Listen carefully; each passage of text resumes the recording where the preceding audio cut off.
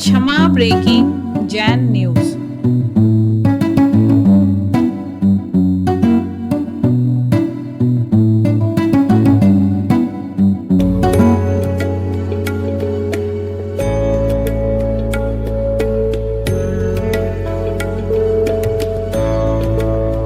माता पद्मावती के मंदिर का भव्य निर्माण। सादर जय जिनेंद्र। आपको जानकर हर्ष होगा कि भगवान पाशनाथ धाम काकोरी लखनऊ में माता पद्मावती के भव्य मंदिर का निर्माण आरंभ हो रहा है, जिसमें माता की 38 इंच की मूर्ति स्थापित की जाएगी। इस पुण्य कार्य में आप सभी माताओं बहनों के सहभागिता की आवश्यकता है।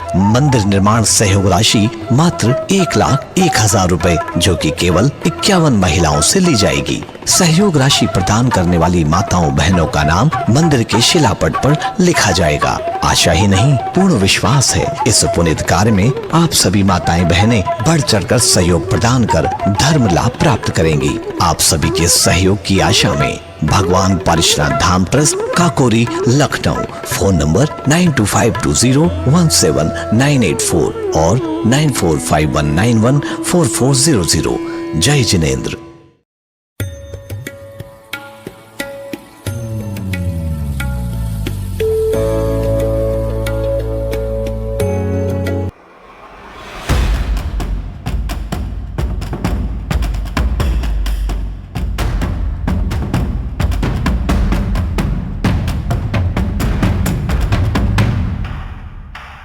दो जिज्ञासाएं, एक तो हमारे महामंत्री जी की है। उनका कहना है, हम बार बार महाराज जी के मुख से सुनते हैं कि कमेटियां को साथ ऐसा बुरा हो जाएगा, ऐसा हो जाएगा, कोई गलत करेगा तो ये हो जाएगा। आज ये भी तो बता दें महाराज जी, कोई कमेटी अच्छा काम करती है तो उसके लिए क्या है?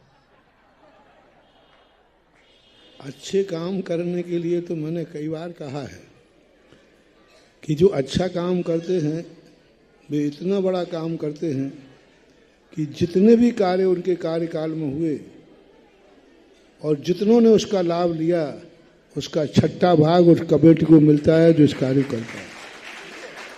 जैसे मान लीजिए, बिना स्वार्थ के, बिना कसाय भाव के, मोह भाव के, निस्वार्थ भाव से जो कार्य करते हैं। अक्सर कर लोग क्या करते हैं, पद मिलेगा तो काम करेंगे, नहीं तो नहीं करेंगे। तो वो काम नहीं कहलाता है, वो पद का काम कहलाता है। आपने देखा होगा बड़ी बड़ी कमेटियों में जब तक वो पद पे रहते हैं बड़े सक्रिय रहते हैं, और पद के बाद एक बार एक व्यक्ति का संस्मरण है कि एक प्रतिदिन मेरा सुबह 5:30 पौने 6 बजे आकर के वो ही खटखटाता कि मतलब गेट खुलते सबसे पहले वो आता था, नियम से पहले सबसे पहले वो धोख देता था। चातुर्मास के बीच में 10 लाख क्षण के बाद वो किवाड़ खोले तो वो दिखा ही नहीं। तुमने काम में हो गया होगा, कल नहीं दिखा, 3-4 दिन बाद आई। मैं तो उस पर बड़ा दीवाना था क्योंकि वो प्रतिदिन सुबह, मैंने कि भाई, मैंने कोई घटना घट गई हो, कहीं गया हो, और कहीं भी जाता था तो कह के जाता था महाराज जी 2 दिन को जा रहा हूँ, और एक गायब हो गया। तो 3-4 दिन बाद मैंने पूछ लिया, मैंने कि भाई फलाने चंद आजकल नहीं दिख रहे, क्या बात हो गई? बोले महाराज मालूम नहीं आपको, चुनाव हो गए। यानी चुनाव हो गए तो महाराज जी के पास भी आना बंद। मतलब चुनाव हो गए तो अब महाराज जी के पास भी आना, एक दिन भी उसके बाद दिखा ही नहीं। लोगों ने कहा मतलब चुनाव हो गए, अध्यक्ष से इसलिए आ रहे थे। अब बताओ, वो महाराज की सेवा कर रहा था कि अध्यक्ष की सेवा कर रहा था? अब बताओ, ऐसे कार्यकर्ताओं को भला होगा कि बुरा नहीं होगा? तो भला भी नहीं होगा, क्योंकि उनको कोई मतलब ही नहीं महाराज से लेना देना। वो तो अध्यक्ष पद पे हैं इसलिए काम। बहुत सारे लोगों को आप देखना बहुत मेहनत करते हैं, थोड़ा पद से हटा के देख लो, मीटिंग में भी नहीं आना बंद कर देते, मंदिर का दर्शन करना भी बंद कर देते। बोले अब क्या मतलब है? तो हमारे लिए अभिप्राय देखना चाहिए, हम धर्म को धर्म मान के कार्य करें, चाहे हम पद पे होवें या न होवें, तो फिर उनके लिए फल मिलता है। जैसा अभिप्राय रहता है वैसा फल मिलता है। एक और जिज्ञासा पूज्य महाराज जी, बामोर कला में आपके आशीर्वाद से जिन शासन एकता संघ का गठन हो चुका है और अब आगामी मार्च माह में 5 मार्च से तीर्थोदय गोलाकोट जी में पंचकल्याणक हैं और बामोर कला में एक छोटा सा कार्यक्रम होगा। उसमें जैन शासन एकता संघ और बामोर कला जैन समाज पूरी किस तरह से अपनी सक्रिय भूमिका निभाए। सागर में जो जिन शासन एकता संघ बना था, बड़ी खुशी की बात है, इसकी लहर भारत में बहुत तेजी से फैल रही है। बहुत राकेश गोयल हैं, तुम्हारे चक्रेश बाबू वगैरह, ये लोग इन सब में बड़ी मेहनत कर रहे हैं और जगह जगह जाकर के, और इतना बढ़िया कार्य हो रहा है। और जहाँ समाज में रहते हर समाज खुश हो रही है कि 50 साल में ये काम कुछ हुआ है, तो समाज को एक संगठन के रूप में आया। और जो उनके पॉइंट दिए थे वो इतने लोगों को लग रहे हैं, कलौ एकता बलम, जैनम जयतु शासनम भारतम, ये नारे ने तो लोगों को ऐसा दीवाना कर दिया कि ये नारा धार्मिक भी हो गया, सामाजिक भी हो गया और राष्ट्रीय भी हो गया, सब इसमें परव है। तो ये बहुत अच्छा, सब जगह शिवपुरी में अंदर के पूरा का पूरा परिकर होकर उसी शिवपुरी जिले से है।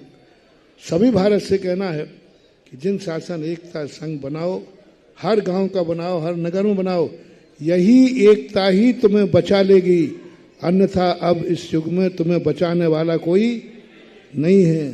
संगठन है तो बचे रहोगे और एक एक करके टूट जाओगे तो कोई बचने वाला नहीं है। बहुत अच्छा है, अपने धार्मिक कार्यक्रम करो, सामाजिक करो, राष्ट्रीय करो, राजनीतिक कार्यों में भी अपनी पूरी भागीदारी निभाओ। जब भी कोई चुनाव का समय आए, पूरे जिले लेवल पर 1 लाख 2 लाख जितने जैनी हैं एक चौराहे पर इकट्ठा करके आगाज करो। हम भी राष्ट्र में रहते हैं। आज जैनियों के मंत्रियों को, आज जैनियों के विधायकों को 3-3 4-4 चुनाव बहुमत से जीत जाते हैं और उनको एक छोटा सा मंत्री नहीं बनाया जाता।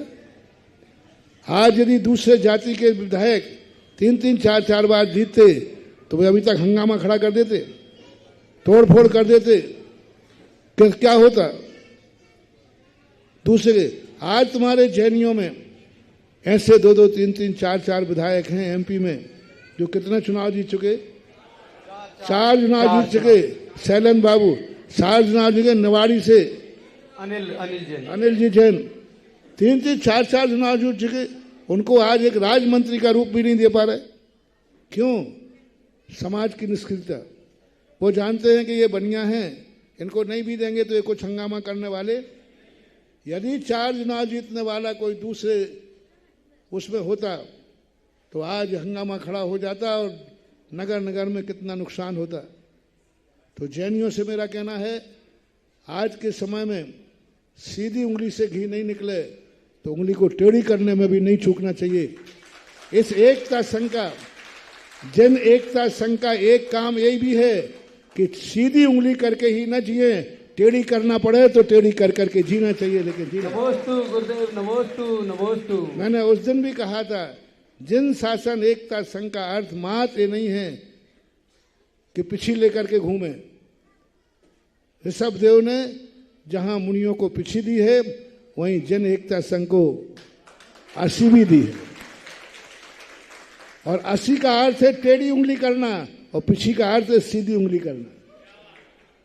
पिछी से तो सीधी उंगली घी निकाला जाएगा और पिछी से घी नहीं निकला तो फिर टेढ़ी उंगली से करना चाहिए।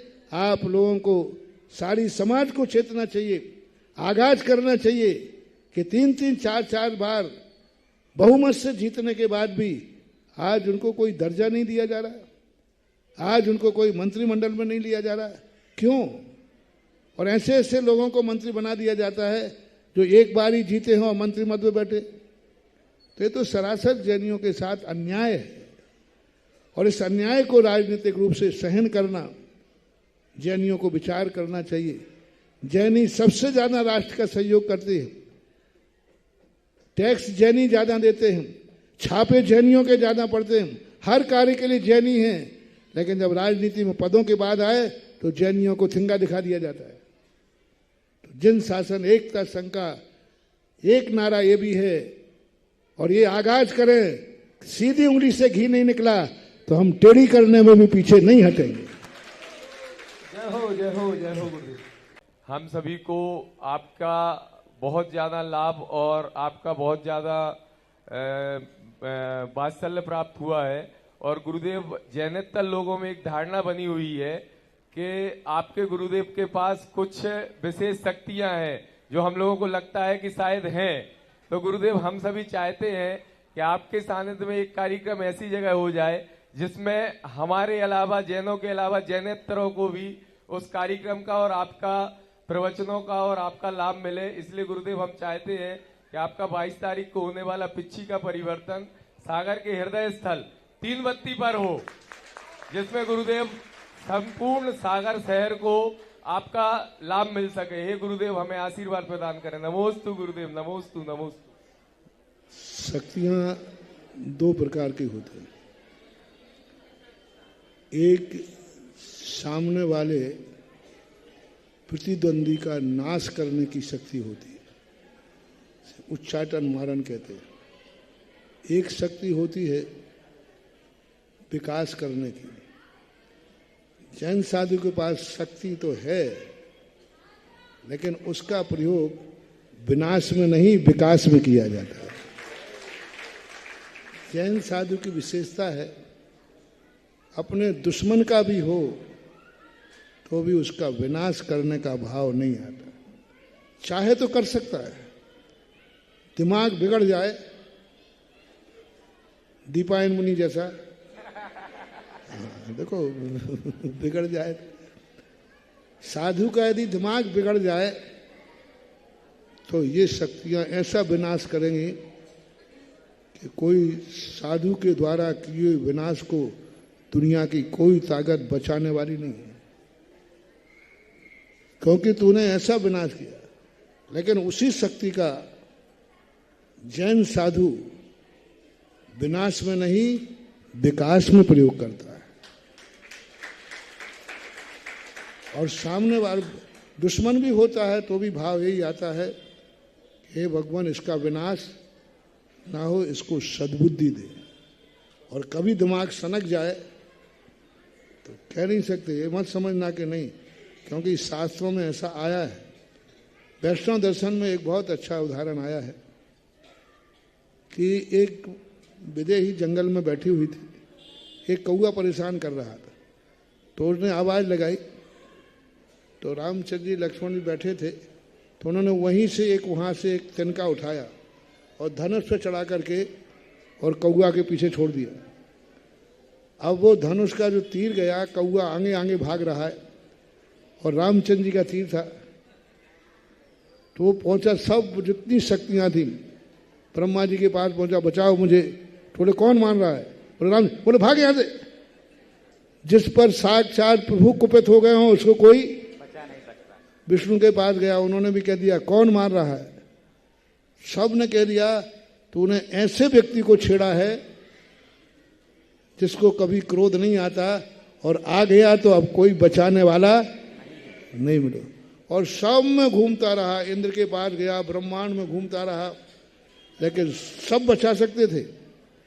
लेकिन पहले एक ही बात पूछे, तूने छेड़ा किसको है? तूने किसका तीर पीछे पड़ा? तो जैसे ही रामचंद्र जी का नाम लेवे, तूने ऐसी महाशक्ति को छेड़ा।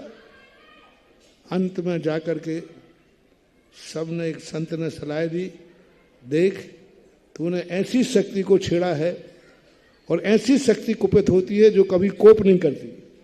वो कुपित हो गई है तो अब तुझे कोई नहीं बचा पाएगा। एक ही उपाय है, तो उन्हीं की शरण में पहुंच जा। और वो इतने वत्सल हैं कि सब कुछ हार जाएंगे लेकिन शरणागत को नहीं मारेंगे। कौआ वहीं पहुंच गया, रामचंद्र जी बचाओ। अब रामचंद्र तो आफत हो गई, छत्री का तीर वापस जाएगा नहीं और शरणागत को मारेंगे। साधु यदि कभी कोप को प्राप्त हो जाए तो महानुभाव कोई नहीं बचा सकता। बस एक ही है, उसकी शरण में पहुंच जाओ, क्योंकि साधु का क्रोध प्रणाम पर्यंत होता है, नीति है। पर पहुंच जाओ, घनी खम्मा अन्नदाता पाए लागे। तब रामचंद्र ने कहा क्या करूं, तीर वापस होगा नहीं, प्राण लूंगा नहीं। तो उसी समय उस तीर से उनकी एक आंख फोड़ दी, तब से कौआ एक आंख वाला हो गया। तो कहने का अर्थ है कि शक्तियों का प्रयोग साधु अपनी पूरी ताकत पर्यंत विकास में लगाता है। मजबूर जब हो जाता है, अति हो जाती है, तो कभी कभी विनाश की स्थिति भी बन जाती है। इसलिए जैन साधुओं की शक्तियां लोग इसलिए नहीं समझ पाते, जैन साधु से लोग इसलिए नहीं डरते हैं क्योंकि उन्हें मालूम है जैन साधु विनाश नहीं करता। सबसे बड़ी बात मात्र एक कारण मैंने सोचा कि जैन साधु से क्यों नहीं डरते लोग बाग, जैनियों से लोग क्यों नहीं डरते लोग बाग। सबसे ज्यादा उससे डरते हैं लोग जो अपनी शक्तियों का प्रयोग दूसरों के नाश में करते हैं। पर जैनी और जैन गुरु किसी का विनाश करने की शक्ति नहीं रखते, इसलिए लोग नहीं डरते हैं। बाकी शक्तियां तो हैं, और वो जो देखते हैं कि कोई ना कोई शक्तियां हैं तो उसको मैं नकार नहीं सकता, वो तो हैं, बस विनाश के लिए नहीं है, विकास के लिए। हाँ हो जाता, विकास के लिए। अब दूसरी बात है कार्यक्रम की बात। मैंने पहले ही कहा मेरा आगमन भी सागर में हुआ है, रहना भी सागर में हुआ है, और बिहार भी सागर से ही होगा। कोई कॉलोनी से नहीं, कोई स्थान से मेरा कोई ताल्लुक है ही नहीं। मैं अभी भी मोराजी में नहीं हूं, सागर में। अब मोरारी सागर में है तो मैं क्या करूं। तीन बत्ती भी सागर में ही है। हाँ, तो अब सागर का हृदय में आप लोग ले जाना चाहो तो ले जाओ, मुझे तो कोई आपत्ति नहीं। आज प्रातःकाल हम तीन बत्ती पर इसी उद्देश्य से गए भी थे, 2 मिनट में देख के आए। बहुत बढ़िया स्थान है, और ये कार्यक्रम यदि आप लोग करते हो तो मेरा आशीर्वाद है।